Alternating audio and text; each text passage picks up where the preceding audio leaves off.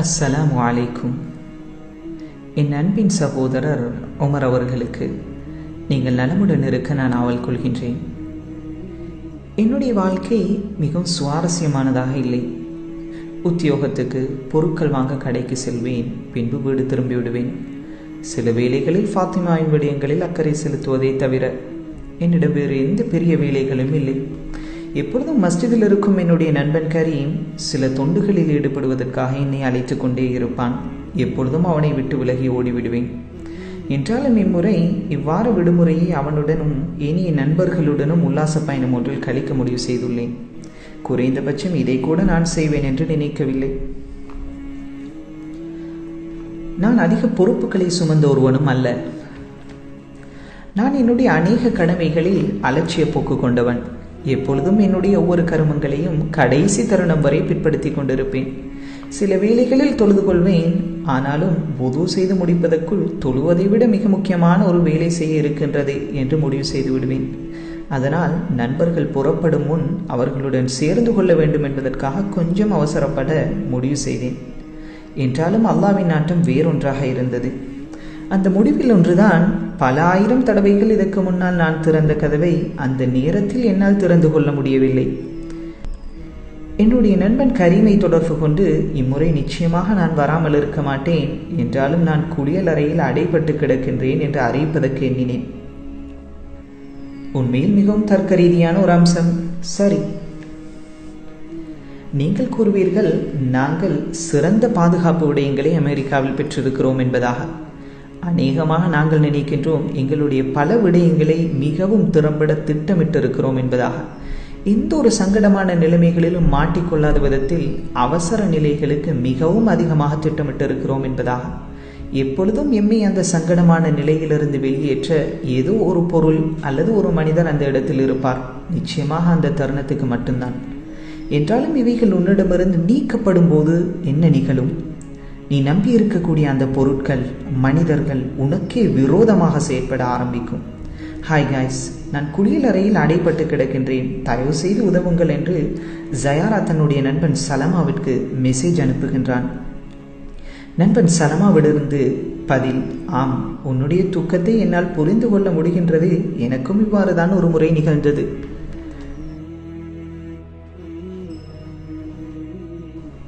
ஒரு நொடி பொழுதில் நீ ஆதரவு வைப்பதெல்லாம் உன்னுடைய சத்தத்தை யாராவது கேட்க மாட்டார்களா? முகவாயில் யாரோ ஒருவரின் காலடி சத்தம் கேட்கின்றது. உன்னுடைய உணர்வோ அவர்கள் உனக்கு உதவுவார்கள் என்று. அவர்களுடைய சப்தம் உனக்கு கேட்கக்கூடும், அவர்களும் உன்னுடைய சத்தத்தை கேட்கிறார்கள் என்று நீ அறியக்கூடும். என்றாலும் காலடி சத்தத்தின் ஒலி குறைந்து கொண்டே செல்கின்றது. அந்த சப்தம் உன்னை கவலையுற்றவனாகவும் மனம் தளர்ந்தவனாகவும் ஆக்கிவிட்டது. உன்னுடைய கூச்சல் சத்தத்தை நடந்து செல்லக்கூடிய ஒருவராவது கேட்க மாட்டார்களா என்று நீயே உனக்குள் கேட்டுக்கொள்கின்றாய். இவ்வாறே எதிர்பார்த்து கொண்டிருக்கும் பொழுது முடியுமானவரை பொழுதுபோக்கு விடயங்களில் ஈடுபடுவதும் பிரச்சனை அல்ல. அது ஒரு பரிதாபகரமான ஒரு விடயமும் கூட. எனக்கும் தெரியும். சில சந்தர்ப்பங்களில் கற்பனை நண்பர்களுடன் புலங்குவது மிகவும் இலேசாகவும் சுவாரஸ்யமாகவும் கூட இருக்கும். அவர்களாலும் உன் தனிமையை போக்க முடியும்.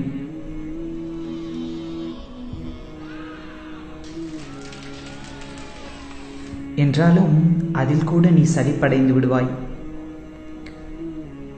உண்மையில் என்னாலும் ஒரே வேளை, பின்பு வீடு திரும்புகின்றாய், உன்னுடைய அன்றாட நடவடிக்கைகளை நிறைவேற்றுகின்றாய். பின்னர் விளக்குகள் அணைந்துவிடும், அனைத்து வேலைகளும் நின்றுவிடும்.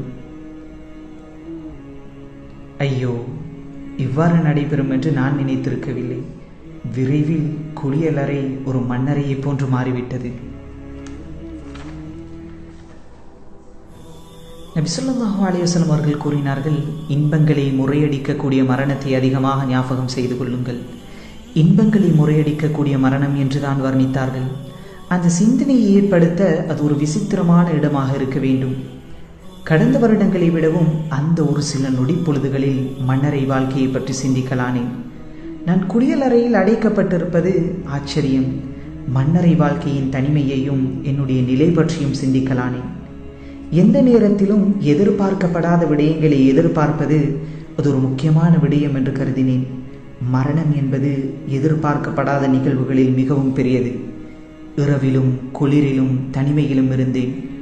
ஒவ்வொரு சிறிய சப்தங்கள் கூட சுத்தியலினால் அடிப்பது போன்ற பெரிய சப்தங்களாக கேட்க ஆரம்பித்தன.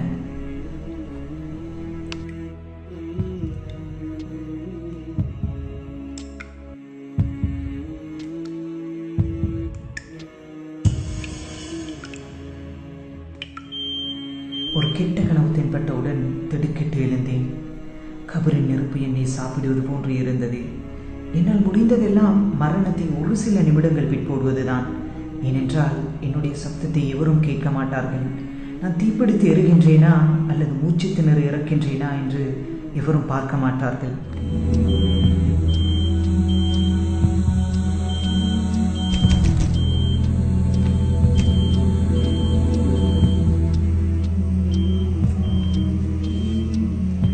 என்றாலும் அல்லாஹ் என்னை உயிருடன் விட்டுவிட்டான். நல்ல வேளை, தீத்தடுப்பு எச்சரிக்கை அடுத்த அபார்ட்மெண்ட் குடியிருப்பில் தான் ஒலித்திருக்கின்றது. என்றாலும் நான் கேட்ட தடுப்பு எச்சரிக்கையோ என்னுள்ளே. எனவே நீண்ட காலங்கள் செய்யாத ஒன்றை செய்ய ஆரம்பித்தேன்.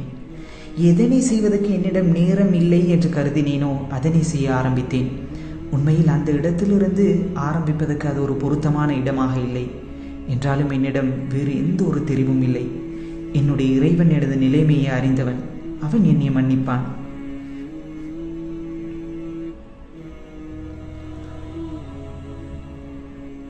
அல்ஹம்துலில்லாஹ். ஏதோ தெரியவில்லை, திடீரென்று என்னை பொறுத்தவரையில் அனைத்து விடயங்களும் தெளிவாகிவிட்டது. நான் பெரும் ஒரு மன ஆறுதலை உணர்ந்தேன். ஒவ்வொன்றும் ஏதோ ஒரு நலவுக்காகத்தான் நடைபெறுகின்றது.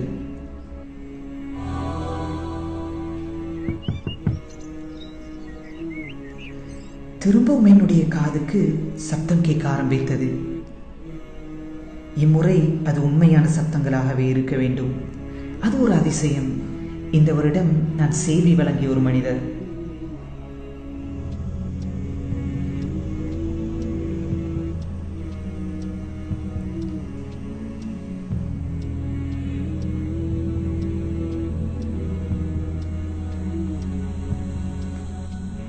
ஜான் கதவின் கைப்பிடியை மேல் நோக்கி திருப்புமாறு கூறுகின்றார்.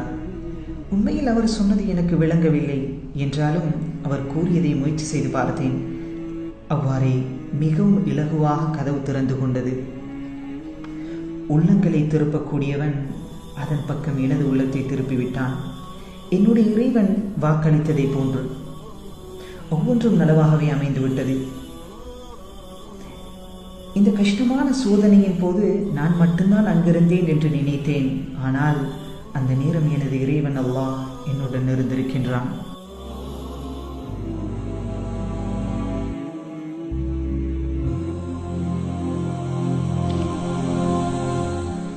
ஆகவே அல்லாஹ் குர்ஆனில் குறிப்பிடுகின்றான், وَمَن يَتَّقِ اللَّهَ يَجْعَل لَّهُ مَخْرَجًا وَيَرْزُقْهُ مِنْ حَيْثُ لَا يَحْتَسِبُ.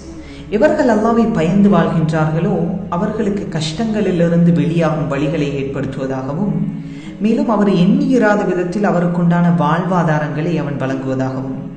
என்றாலும் சில சந்தர்ப்பங்களில் பிரச்சினைகளுக்குரிய தீர்வை சற்று பிற்படுத்துவான், அனைத்து விடயங்களையும் மிக தெளிவாக விளங்கிக் கொள்வதற்காக. ஜயாரா உண்மையில் இந்த உல்லாச பயணத்தில் சென்றிருந்தால் சுவாரஸ்யமாக பயணத்தை கழித்திருப்பான். இப்பொழுது தன்னுடைய முழு வாழ்க்கைக்கும் போதுமான ஒரு அறிவை சம்பாதித்திருக்கின்றான். இதனால் தான் நபி ஸல்லல்லாஹு அலைஹி வஸல்லம் அவர்கள் கூறினார்கள், அல்லாஹ் இது போன்ற சில சோதனைகளை ஏற்படுத்தும் பொழுது உங்களது ஆரோக்கியத்திலிருந்து சிறிதளவை அல்லாஹ் எடுப்பான், நீங்கள் ஆரோக்கியத்தை அறிந்து கொள்வதற்காக. உங்களது பணத்திலிருந்து சிறிதளவை எடுப்பான், நீங்கள் பணத்தின் பெறுமதியை விளங்கிக் கொள்வதற்காக. உங்களது நேரங்களில் சிறிதளவை எடுப்பான், நீங்கள் நேரத்தின் பெறுமதியை விளங்கிக் கொள்ள. இந்த சோதனைகள் ஒவ்வொன்றினதும் நோக்கம் படிப்பினைகளை பெற்றுக்கொள்வதும் அனைத்து விடயங்களையும் மிக தெளிவாக அறிந்து கொள்வது. அல்லாஹ்வின் அருட்கொடைகளை நிராகரிக்காமல் இருக்க, வாழ்க்கையின் நோக்கத்தை மறக்காமல் இருக்க, எப்பொழுதும் எமது கவனங்கள் அல்லாஹ்வின் பக்கம் இருப்பதற்காக. நபி ஸல்லல்லாஹு அலைஹி வஸல்லம் அவர்கள் கூறினார்கள், கவிஞர் லபீத் சொன்ன வார்த்தைகளில் உண்மையானது அல்லாஹ்வை தவிர மற்ற அனைத்தும் அழிந்து போகக்கூடியதே. உனது வாழ்நாளில் ஏதாவது ஒன்றை நீ இழந்து விட்டால் வேறொரு பொருளை கொண்டு உனக்கு அதை ஈடு செய்து கொள்ள முடியும். உனது வாழ்நாளில் நீ அல்லாஹ்வை இழந்து விட்டால் உனது உள்ளம் இருக்கக்கூடிய ஒவ்வொரு பொருளையும் நீ இழக்க நேரிடும்.